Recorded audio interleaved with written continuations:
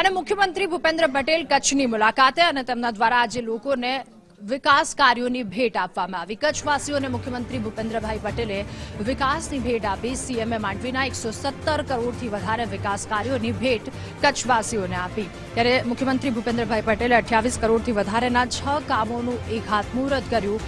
કચ્છના પ્રવાસે અનેક વિકાસ કાર્યોની તેમના દ્વારા આજે ભેટ આપવામાં આવી।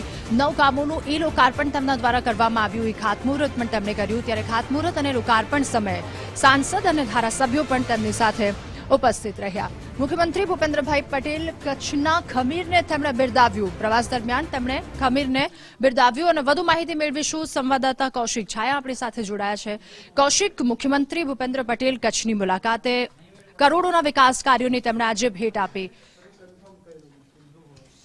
ચોક્કસથી ક્રાંતિગુરુ શ્યામજી કૃષ્ણ વર્માની 167મી જન્મ જયંતિ નિમિત્તે કચ્છ પધારેલા મુખ્યમંત્રી ભૂપેન્દ્રભાઈ પટેલે આજે માંડવી તાલુકાના મસ્કા ખાતે ₹20 કરોડના ખર્ચે અત્યાધુનિક ટેકનોલોજી અને રસપ્રદ આકર્ષણો સાથે આધુનિકરણ પામેલ શ્યામજી કૃષ્ણ વર્મા સ્મારક ક્રાંતિ તીર્થનું લોકાર્પણ કર્યું હતું। આ પ્રસંગે તેમણે શ્યામજી કૃષ્ણ વર્મા સ્મારક ક્રાંતિ તીર્થ ભારતીય સ્વાતંત્ર્ય સંગ્રામના વારસાને સદાય માટે નવી પેઢી સુધી પહોંચાડશે તેવી ભાવના પણ વ્યક્ત કરી હતી। મુખ્યમંત્રીશ્રીએ નવનીકરણ પામેલા ક્રાંતિ તીર્થની તકતીનું અનાવરણ કરીને બ્રિટિશ સામ્રાજ્યમાં ગઢમાં સ્વતંત્રતાની મશાલ જગાવનાર દેશભક્ત શ્યામજી કૃષ્ણ વર્માના જીવનની ઝાંખી કરાવતી મ્યુઝિયમ ગેલેરી તથા ઇન્ડિયા હાઉસની મુલાકાત લઈને ભારતીય સ્વતંત્ર સેનાની શ્યામજી કૃષ્ણ વર્માની જીવનકથા અને તેના ભવ્ય વારસાને નિહાળીને ક્રાંતિગુરુ શ્યામજી કૃષ્ણ વર્માને શ્રદ્ધાંજલિ અર્પણ કરી હતી।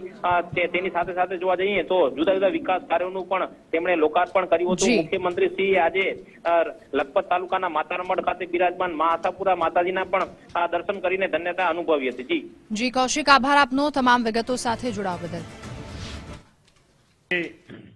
WTO દ્વારા ધોરડોને બેસ્ટ ટુરિઝમ વિલેજ તરીકે જાહેર કરવામાં આવ્યું છે।